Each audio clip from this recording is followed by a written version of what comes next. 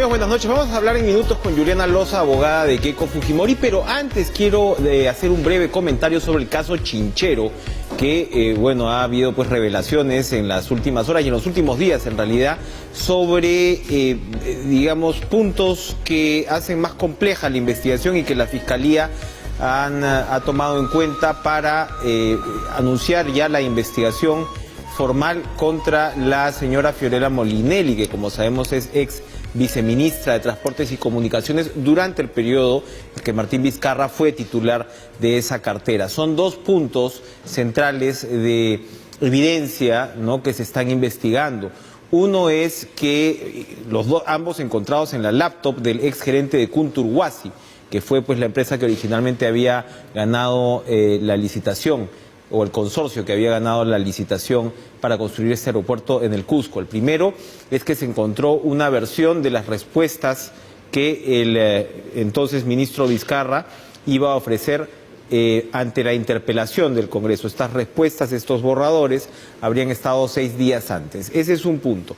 El otro punto es el que tiene que ver con un informe que se solicitó a la CAF para que tenía que ver con el tema de los intereses. El problema que se encontró con este contrato fue que los intereses terminaban siendo muy altos a la hora de prorratear lo que el Estado debía pagar a lo largo de los años por la construcción y la concesión de este aeropuerto.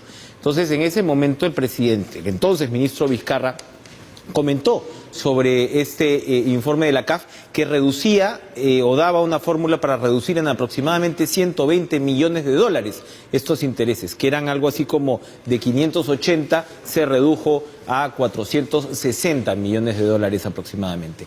Para el presidente Vizcarra esto todavía era un monto demasiado alto, si bien era una reducción importante de, como les digo, 120 millones de dólares, era aún un monto demasiado alto.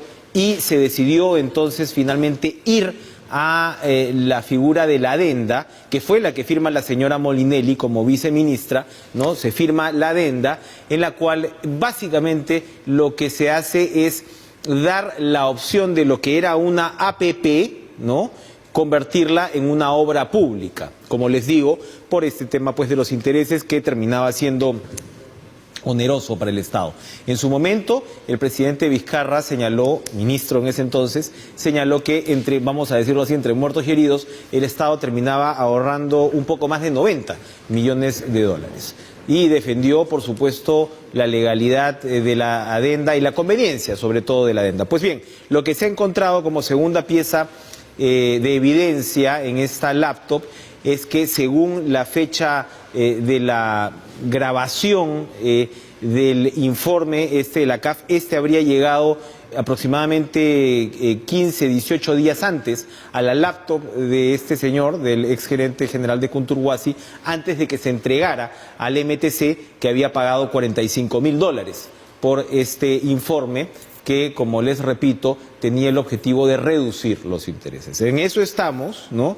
Ahora pues ha aparecido otra versión, ¿no?, que la señora Molinelli ha negado completamente, ha rechazado, lo ha calificado de miserable, con respecto a que ella le hubiera ofrecido incluso una coima al ex contralor Edgar Alarcón. Así están las cosas y bueno, es una discusión bastante compleja que seguramente pues tendrá consecuencias, pero vamos a comenzar entonces con Hernán Chaparro, que le damos la bienvenida, de GFK. ¿Cómo estás, Hernán? IEP, discúlpame, GFK, a veces dejo a los invitados en su puesto anterior, por supuesto, IEP, ¿Qué tal? pero especialista pues en el tema de encuestas, que tiene un estudio muy interesante, el IEP, que ha lanzado estos días y que ha sido publicado también en la República. Así es, ¿cómo estás? ¿Qué tal? Buenas noches, gracias por estar con nosotros.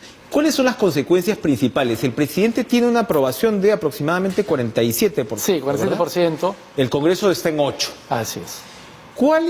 ¿Cómo interpretas la sintonía de la ciudadanía con el tema de las elecciones adelantadas?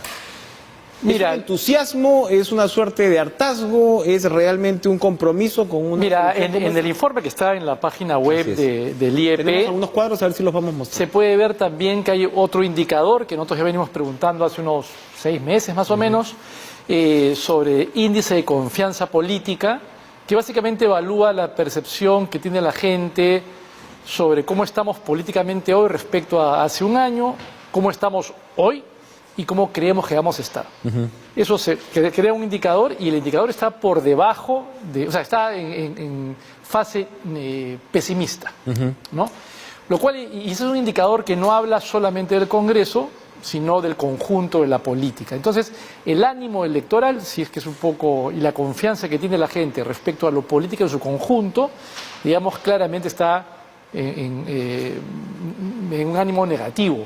Eso afecta, por lo tanto, a todos. Ese negativo, ese signo negativo que es muy interesante, ¿incluye la variable de las elecciones adelantadas? Es decir, ¿es negativo? No, es la respuesta más bien. Es la respuesta, ¿no? Claro, frente a eso, lo que hay es bueno, una mitad que aprueba a Vizcarra, la otra mitad que no, números más, números menos. Claramente, digamos, por lo menos de los últimos 2 años, diría yo, que de evaluaciones del Congreso, creo que es el momento en el cual el Congreso tenía un nivel de aprobación más bajo. Con Salaverry se había recuperado. Así es, recuperó algo y vamos a Salaverry. Finalmente, pero bueno, es así la situación. Y creo que finalmente en la cabeza de la gente, algunos estarán entusiastas con Vizcarra, pero lo que hay más, signo de los tiempos, es que la gente, sobre todo, rechaza al Congreso. Y no es que rechaza al Congreso como institución, o sea, no es un ánimo antidemocrático. Lo que hay es un rechazo a una serie de comportamientos respecto básicamente a encubrimiento, pues ya lo hemos medido en otras encuestas, ¿no es cierto?, de meses pasados, respecto a lo que se percibe como encubrimiento, a casos como han sido en su momento lo de Chávarri, Nostroza, pedidos digamos, de desvinculación del Congreso de una serie de congresistas y en general toda esta vinculación de estos congresistas o defensa de congresistas a personajes en la Fiscalía que han venido trabando las investigaciones vinculadas a Odebrecht. Entonces todo eso ha ido generando un clima donde termina la gente diciendo, mira, a mí lo que más me impresiona es una de las preguntas que hicimos, donde casi el 90%, 87% de la población, prácticamente todos, dicen, puede que el próximo Congreso, 2020 o 2021, no sea mejor, pero quiero que estos se vayan. Entonces eso ya es animadversión, esto es, no los tolero a las personas que están hoy. Quiero que se vayan, ¿no? Quiero que se vayan. Claro, y eso, claro, es implica una gran carga emotiva, no tiene uno que necesariamente actuar en función a eso, pero, digamos, no es que haya caído del cielo y a que a la población le hayan inoculado un virus de animadversión. O sea, esto se ha venido gestando en estos 3 años prácticamente, en los cuales es una cosa extraña, pero los congresistas sienten que lo que opine la gente poco importa. Efectivamente, cómo procesar estos números desde la otra orilla? Porque claro, estás en este entrampamiento, vemos al presidente todos los días declarando desde provincias, ¿no? Diciendo, bueno, que insiste con el tema del adelanto de elecciones, apela mucho a lo que estás describiendo, ¿no? En la encuesta, en este caso, del IEP, y en el Congreso le responden que no lo van a hacer. Sí. O sea, que no lo van a hacer y que la ley está con ellos y que, bueno, hay una suerte de interregno medio gris con respecto a la posibilidad de cerrar o no el Congreso, porque finalmente lo que quiere la gente es que se cierre el Congreso. O sea, en términos de que se cierre Congreso. No que se cierre porque se cierre, ¿no? La gente siente que quiere que se cierre porque siente que ahí lo que ha habido es... Mira, otra pregunta que es terrible, me parece terrible. Pusimos 4 alternativas. ¿Por qué cree usted que en el Congreso se oponen al adelanto de elecciones? Sí. Entonces, eran, digamos, 2, vamos a ponerlo así, que podrían haber expresado o expresaban una identificación con el Congreso en tanto, defensa de la democracia. O sea, la gente, era una opción, ¿no? El Congreso se opone por defensa de la democracia. Otra opción era, el Congreso se opone por defender el fuero legislativo. Una tercera opción, ya más crítica, era se están oponiendo porque no quieren defender su inmunidad parlamentaria, no quieren entrar a juicios, y la tercera es porque quieren seguir cobrando hasta el 2021. Casi 70% lo que te dice es quieren seguir cobrando en Así de 2021. simple. ¿Verdad o mentira?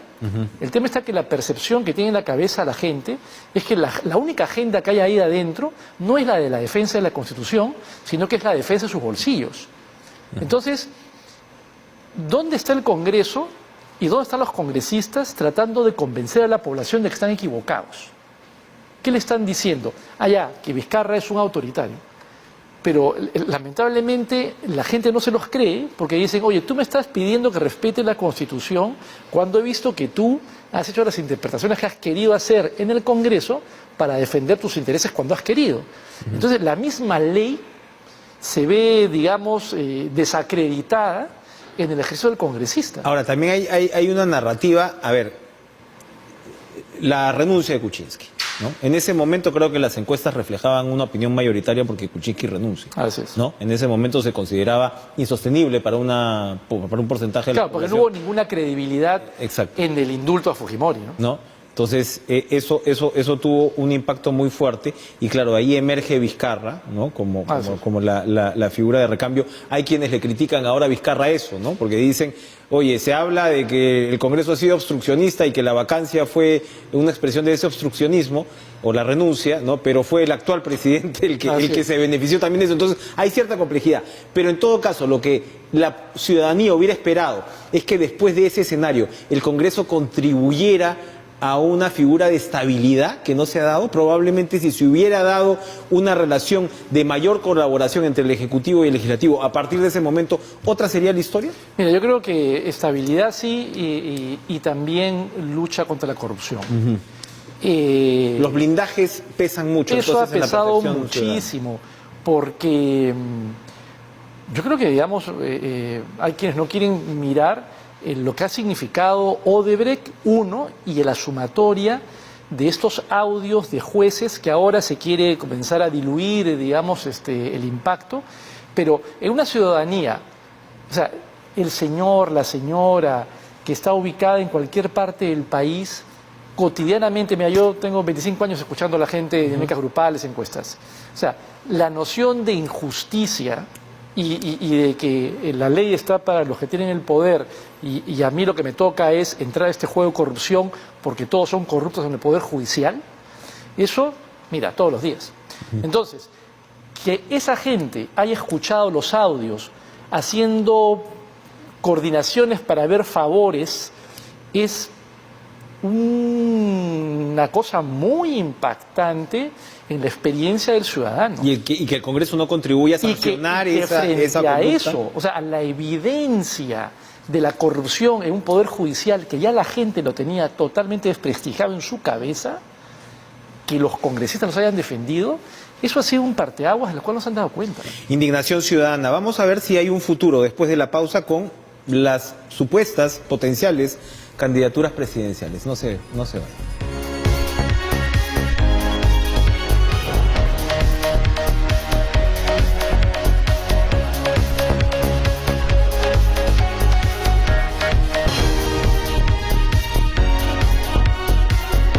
Hernán Chaparro del IEP, una pregunta para terminar, una pregunta que engloba la información de la encuesta del IEP sobre los probables candidatos presidenciales del 2020. Primero es que, bueno, el escenario está para el que sea, ¿no? Sí, o sea, 10% George Forsyth, 9% Julio Guzmán y de ahí para abajo, bueno, 8% Keiko Fujimori, ¿no? 5% Verónica Mendoza, ¿no? Y de ahí para abajo. Siempre, bueno, la izquierda comienza subrepresentada, ¿no? Sí, pero hay un 30% que te dice, no tengo ni idea o no sé qué hacer. Estos presidenciables deberían, porque ante esta suerte de desierto, deberían fijar una posición más clara frente, por ejemplo, a las elecciones adelantadas. ¿Cuál es el gatillo para que entremos de alguna manera a un calendario electoral que probablemente se podría pues adelantar? Todavía, ¿no? Todavía. Todavía no podríamos hablar de un calendario electoral, creo que hay mucho por definirse en estas semanas, la verdad. En la cabeza de la gente seguimos en el 2021. Sí, 1, 2. Yo personalmente esa pregunta, más que como intención de voto, creo que sirve para ver el ánimo del momento. Como intención de voto, la verdad que pronostica poco o nada. Es más para ver cómo hay una inmensa fragmentación, que es lo que creo en parte explica por qué no hay esas movilizaciones de fuera, y que te permite ver cómo O sea, ¿quién está liderando? Forsyth, que acaba de salir recién a la palestra, Claro, claro. Guzmán, que acaba de matricular Escribir su partido. Keiko Fujimori, que más bien estaría en el grupo de los que no están de acuerdo con, claro, digamos, el adelanto. Y después, a lo que voy es que quienes lideran todo esto no tienen exactamente una gran vinculación. Estamos en un proceso de transición política.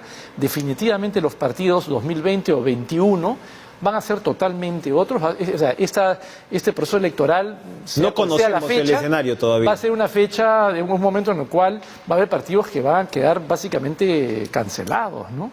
Entonces, creo que esto también se expresa a nivel de organizaciones políticas intermedias, ¿no es cierto? Movimientos sociales que todavía, conversamos fuera de cámaras, como en el 2000 el rechazo al intento de Fujimori, un tercer periodo. Tenía grandes elementos articuladores. Articuló en ese momento alrededor de Toledo, en fin, ya más allá de lo que luego pasó, pero hubo ahí una organización que se articuló alrededor de un tema con un personaje.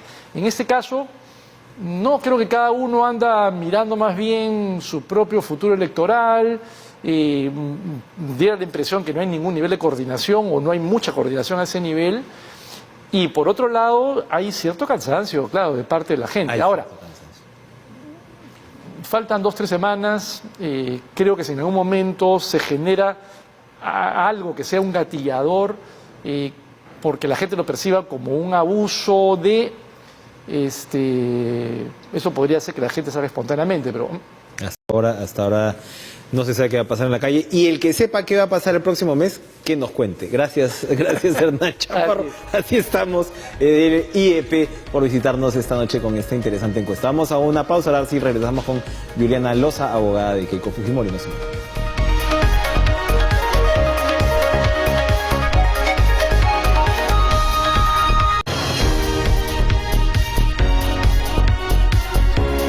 Juliana Loza, y rápidamente, buenas noches, ¿cómo está, doctora Loza? Abogada de Keiko Fujimori, para entender lo que ha sido la audiencia de dirimencia, se llama hoy, la que, ¿no? Ese es el término correcto. Frente a una magistrada. Exacto. Que es la dirimente. Exacto, entonces Susana Castañeda fue la magistrada convocada para que en esta sala penal de la Corte Suprema se decida sobre el recurso de casación presentado por ustedes. Así es. Y lo que, en resumen, lo que la jueza dijo, y tuvo un intercambio con usted en algún momento, es que ella solo iba a dirimir sobre los plazos, porque ya tenemos una definición de 3-2, ¿no?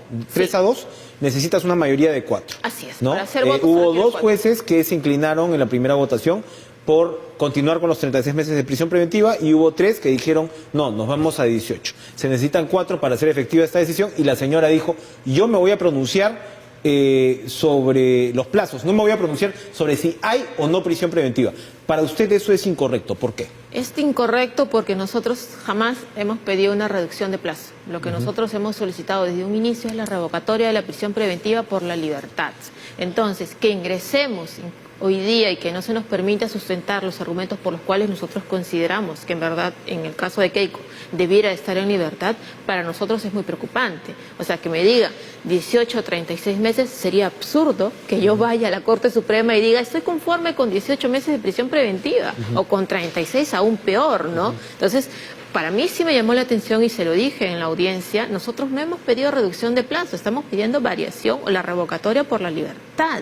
Entonces, que la magistrada, a quien respetamos todos, ingresa y sin escucharnos ya considere que Keiko debe de mantenerse en libertad y que lo único que hay que discutir son los plazos, en verdad para nosotros nos llama poderosamente la atención y es altamente preocupante. Yo creo que se engarza en toda esta cadena de afectaciones que viene padeciendo Keiko desde hace más de 10 meses. ¿Cuál era la opción? Porque la opción, si hago números así a mano alzada, quedaría si la señora Castañeda vota o usted convence a la señora Castañeda, hubiera quedado en un 3-2-1, digamos, un 1 en el mejor de los casos, que diría, no, la señora Keiko sale de prisión. ¿Qué se hace con una decisión como esta en Tienen este caso? que llamar a otro magistrado.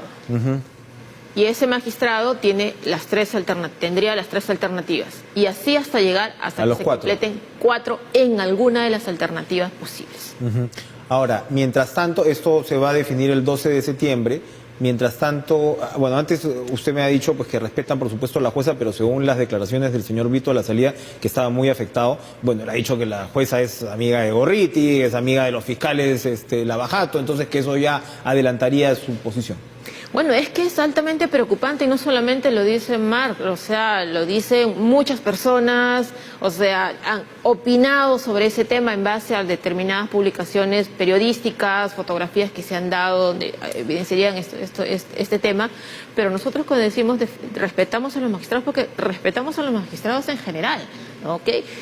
Evidentemente, lo que ha acontecido el día de hoy en la audiencia, que se ingrese y sin haberme escuchado siquiera, porque ni siquiera me... O sea, sí, no, le dijeron a usted... Yo ingresé a ver, oye, ¿por qué Keiko tiene que estar libre? Claro, pero... O sea, la jueza lo que esperaba es que usted le hiciera una argumentación a favor de los 18 meses, más o menos. Lo cual era absurdo. O sea, ¿tú te imaginas que yo vaya y defienda, si estoy conforme con que Keiko esté 18 meses presa? O sea, yo iría en contra de mi propio deber de abogada defensora, en decir, señores, aquí no hay elemento para que ella se mantenga un día más privada de su libertad. Ahora, hay un partido que ustedes se juegan en el Tribunal Constitucional al mismo tiempo, ¿no? Entonces, porque hay un habeas corpus. Hay un habeas corpus que en su momento se tendrá que decidir y donde en verdad, ya lo dije hoy día en la Corte Suprema, lamentablemente, así como Keiko en un inicio dijo que sentía que ya había sido condenada, que sentía que para ella no había justicia, hoy en día yo tuve que confesar ante la Corte Suprema, ante la magistrada Castañeda, que también sentía lo mismo. Yo considero que para Keiko Fujimori, en este caso, en todas las instancias judiciales, penales,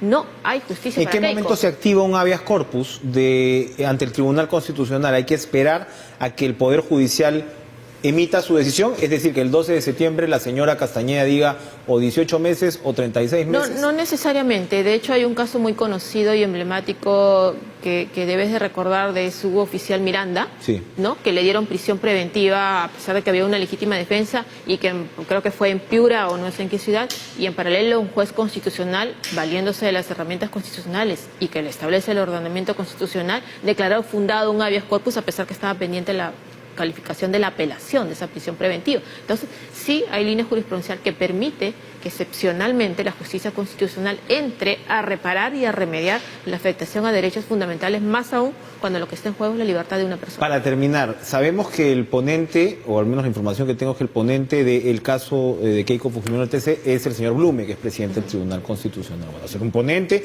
y pondrá a consideración su opinión, ¿no?, ante los 7 magistrados que integran esta sala. Allí el caso de Ollantaytambo en Heredia marca un antecedente para Keiko Fujimori. Sin duda alguna, no solamente el caso Humal Heredia, sino algunos otros pronunciamientos, no solo del Tribunal Constitucional, sino también de la Corte Suprema, de la Corte Interamericana de Derechos Humanos y del Tribunal Europeo. ¿Cuáles son las piezas centrales, por favor? A ver. Inexistencia de obstrucción es la base de nuestra argumentación en este caso. Afectación a la garantía constitucional de motivación, lo hemos sustentado ante la Corte Suprema, lamentablemente no hemos tenido un eco en respaldo y respuesta a nuestro pronunciamiento, pero nosotros vamos por eso. En este caso, el riesgo de obstrucción de la justicia alegada por la Fiscalía tiene que ser probada.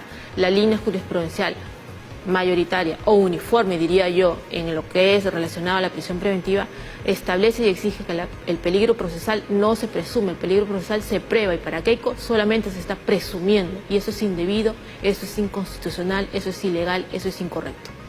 Yelena Loza, muchas gracias por acompañarnos esta noche con los argumentos de la defensa de Keiko Fujimori. Se nos ha terminado el tiempo volando.